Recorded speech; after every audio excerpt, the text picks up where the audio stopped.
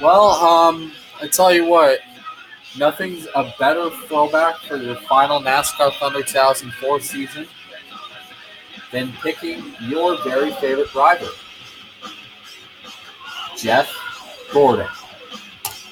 When I first started playing this game, this was the driver I used, very similar to when I first played NASCAR 2005. For our final season, here's a twist. The entire schedule is based off of the NASCAR App Cup Series Season 6 schedule, with obvious substitutes as Martinsville Night, obviously, is going to be based off of Bowling Bay Stadium. This based off Boulder Valley, sort of. Um, that race based off Pikes Peak, or PPIR. That race based off Portland. This race based off Sebring. And you might notice a little something. The races are a lot shorter than they were last season.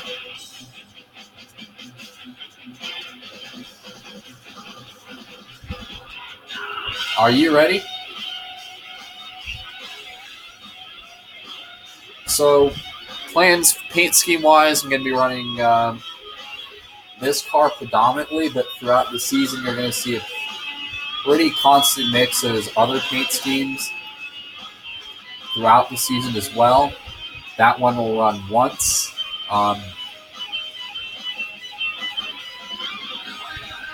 Yeah.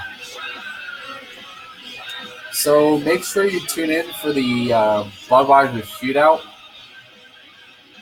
which I posted a couple days ago on this game's unofficial return, basically.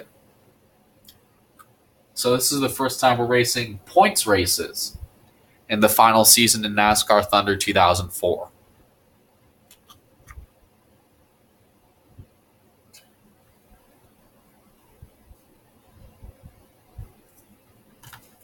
Here we go. We're going to qualify for this race.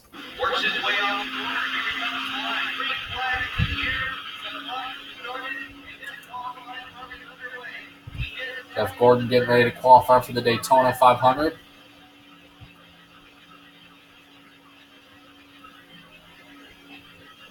Trying to keep his DuPont Chevrolet down on the bottom of the track. If you're wondering, race length is going to be 5%. Normal rules that have been kind of the thing the past few seasons are still going to be in effect, such as tire wear and fuel use still being a thing. That has been pretty much constant throughout all the seasons I've done on this game. Coming to the line, well, we start second.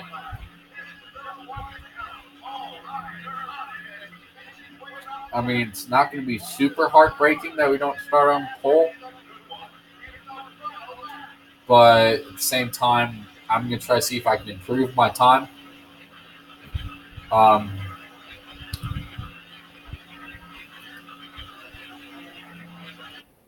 Kevin Harvick currently is the pole sitter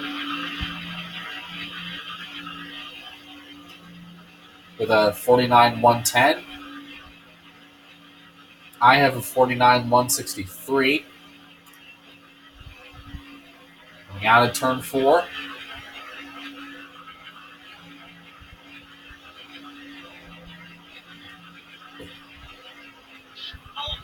Wow. Narrowly got the pole over Harvick. This time, just to keep it short, I'm not doing the 125s.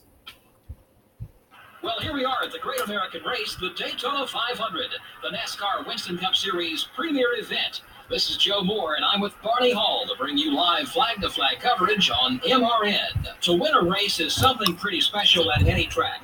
But to win here at Daytona, you're that much closer to becoming a legend in the sport. There's no doubt about it. A lot of these NASCAR Winston Cup drivers will tell you that it's really no different winning here than anywhere else. But those are the guys who haven't done it yet. Once their name is in the history books here, I guarantee you they'll change their mind. 2002 was supposedly an off-season for Jeff Gordon, with 3 wins and a 4th-place points finish. You know, that just goes to show you what's expected out of this team. With 3 wins and 19 top 10s, there are a lot of teams that would not mind having Gordon's off year. Casey Mears brings another well-known racing name to NASCAR. Well, he brings some talent of his own also, but having an uncle with the Indy win certainly doesn't hurt your chances of getting a ride.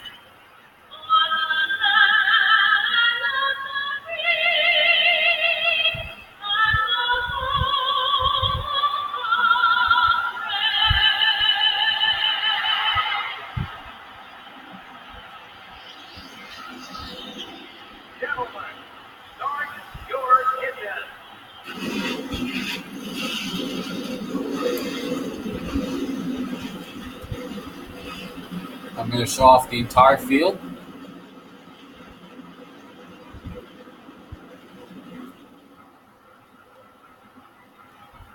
And here's the starting lineup.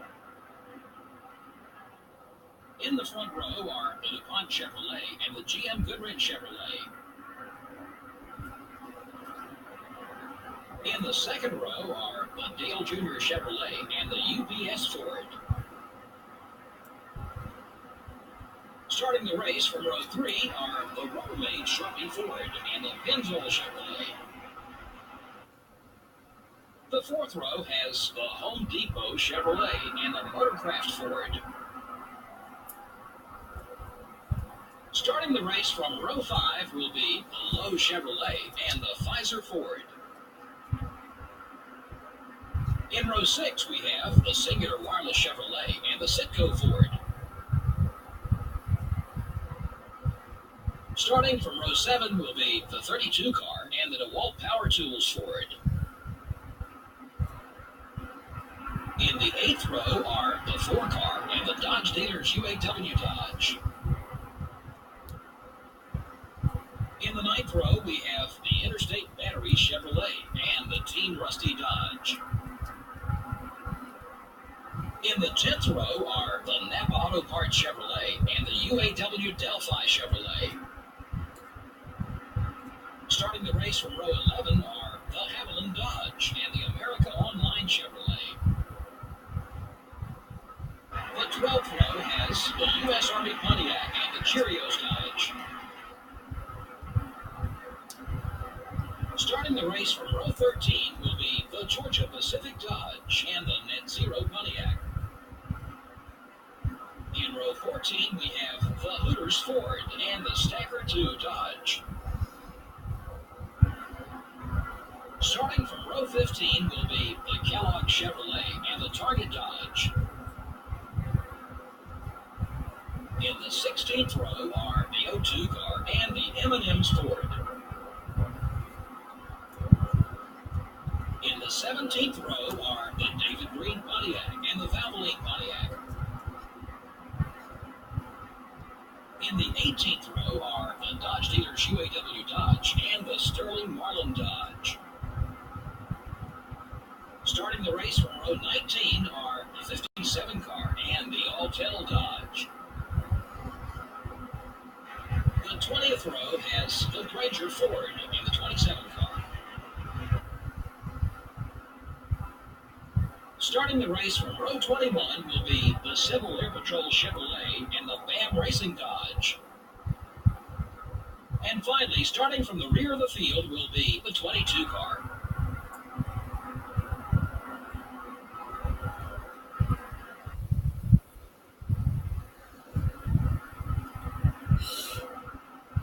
Alrighty, 43 men.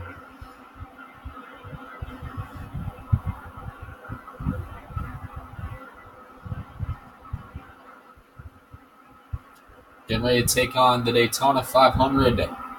Jeff Gordon, Kevin Harvick on the front row. Pace car is off. 10 laps, the World Center of Racing. We are underway at Daytona.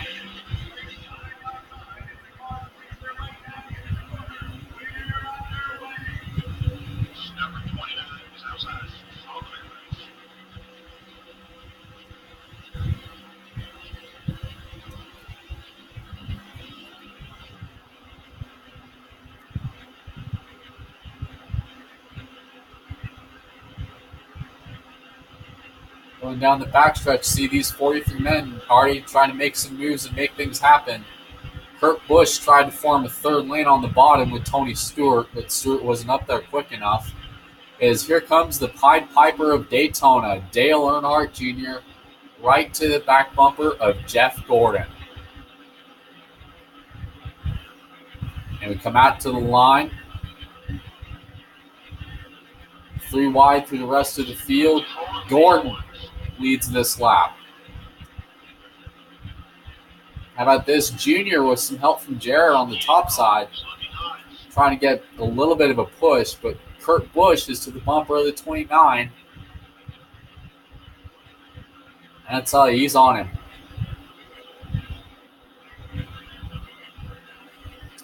He got up there pretty quickly.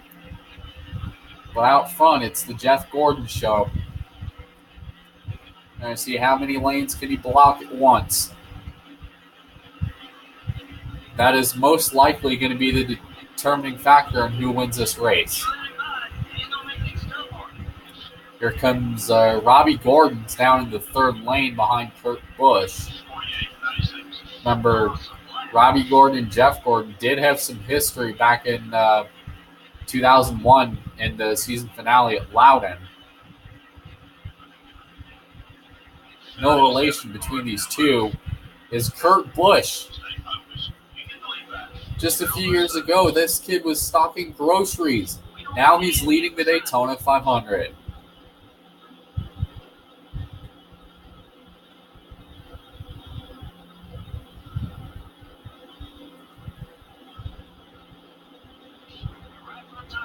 Already trying to break away from the back of the field.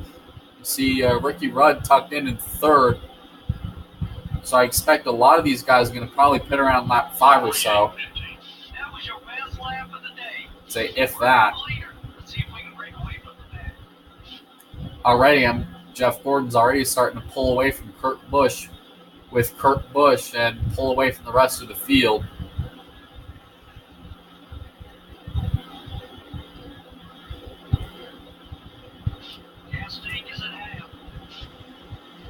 That's kind of an early conception of the two-car draft.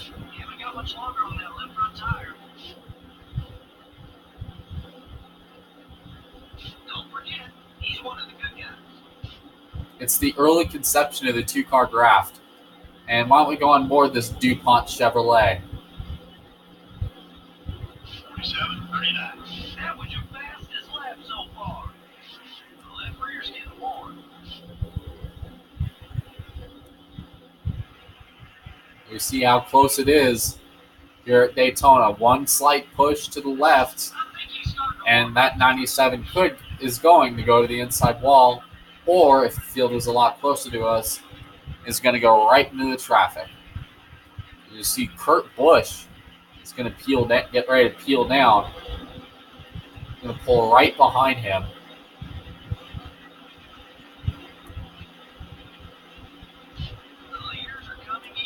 Ooh, a little bit of contact with Kurt Busch.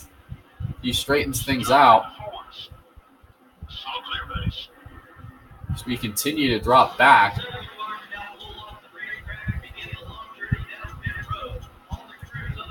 I mean, with the smaller fuel cells NASCAR mandated in 2002, I mean, you could do 4, but at the same time,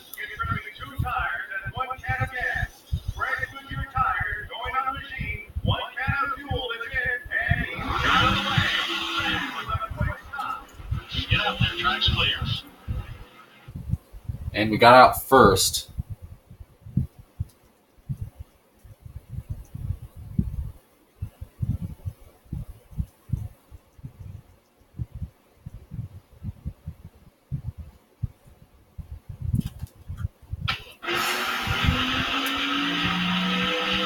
See who else is coming out behind me. I think that's Kurt Busch. I'm going to let off here after I ran into him coming off pit road. Hey, Kurt, pick it up, buddy.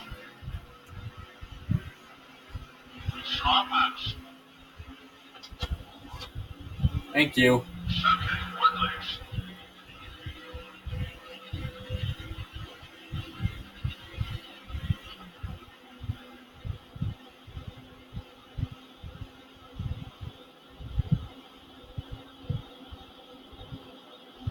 right up to the back bumper of that 97.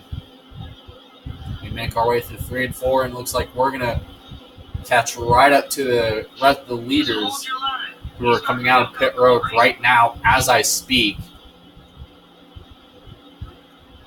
4 laps to go in the Daytona 500. See a lot of lap cars. And there's the top 6. Robbie Gordon, Mark Martin, Kevin Harvick, Dale Jarrett, Ricky Rudd. Right to the back bumper of Kurt Busch.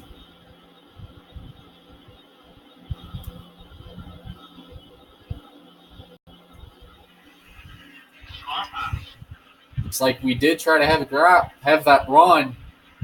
Kind of went out a little too early. When we get to the line, there will be 3 laps to go.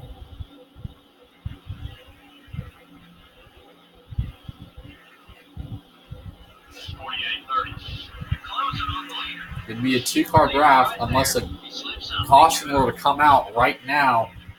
I think this might be a battle of the veteran and the young kid. The veteran from California and Indy, and later moved to Indianapolis for some reason. Jeff Gordon going toe-to-toe with the kid from Nevada. 3 to go at Daytona.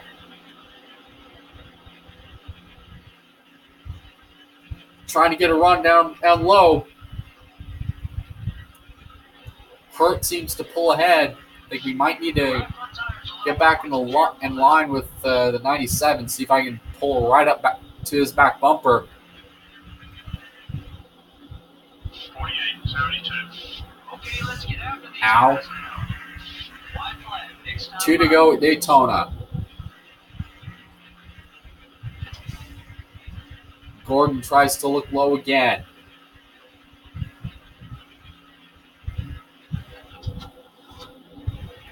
Down the backstretch. This is actually kind of interesting. Gordon, I think he's trying to test what Kurt Busch can do if somebody's going to try to go low, and Gordon might have it here. 2 to go at Daytona. This could be the pass for the win.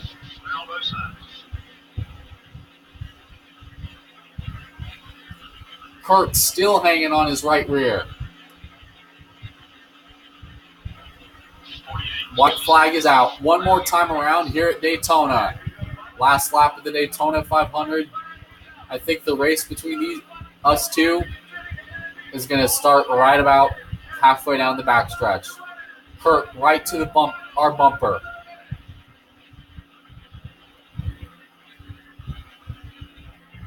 Trying to look low. Dale Jarrett's back there, keep in mind. Side-by-side racing all the way into 3. Kurt right to the bumper of Gordon. Can he try to do anything? This is for the Daytona 500 and idolization. Kurt trying to go to the outside. Can he get there? Jeff Gordon is going to win the Daytona 500.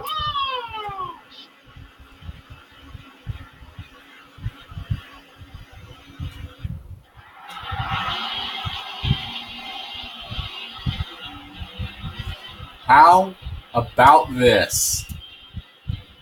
An amazing finish and a pretty intense battle between Jeff Gordon and Kurt Busch at the end of this Daytona 500. And what a way to start the final season of NASCAR Thunder 2004 with the win in one of the sport's biggest races of all time. Lead changes were pretty scarce. Yeah, there weren't too many battles up front for position. Those guys who ran in the top 5 were pretty dominant all race long. Jeff Gordon really did a fantastic job of keeping his car away from trouble all race long. You know, these NASCAR Woodsy Cup race teams absolutely love drivers who take care of their cars. Makes their jobs a whole lot easier when they aren't having to spend extra hours in the body shop each week. Jeff Gordon may have gained some respect from Kurt Busch. There's no better feeling than trusting the guys around you on the track. If you don't have to worry about the guy behind wrecking you, you can focus on the track and running quick This was laps. actually for a little bit of an anticlimactic race between me and Kurt. It was actually an entertaining battle late because I was trying to play with him a little bit, see if Kurt would do anything.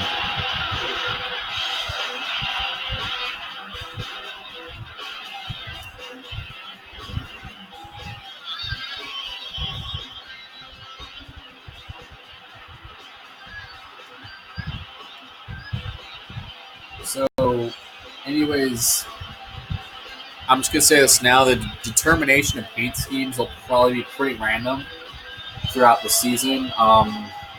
There will be a couple races that I had planned that I let you, the fan, choose what paint scheme I drive, which I'm planning to do that for the All-Star race, and which that'll be done in quick race.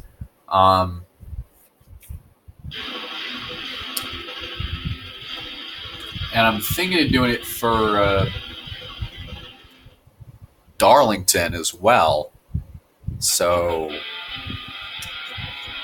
yeah, make sure you guys stay tuned in on that.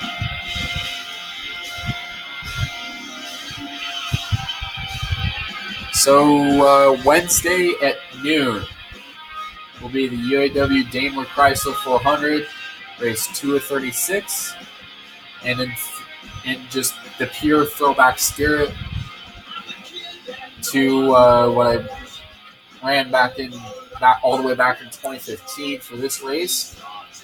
I'm going to be running this car. See you Wednesday, guys.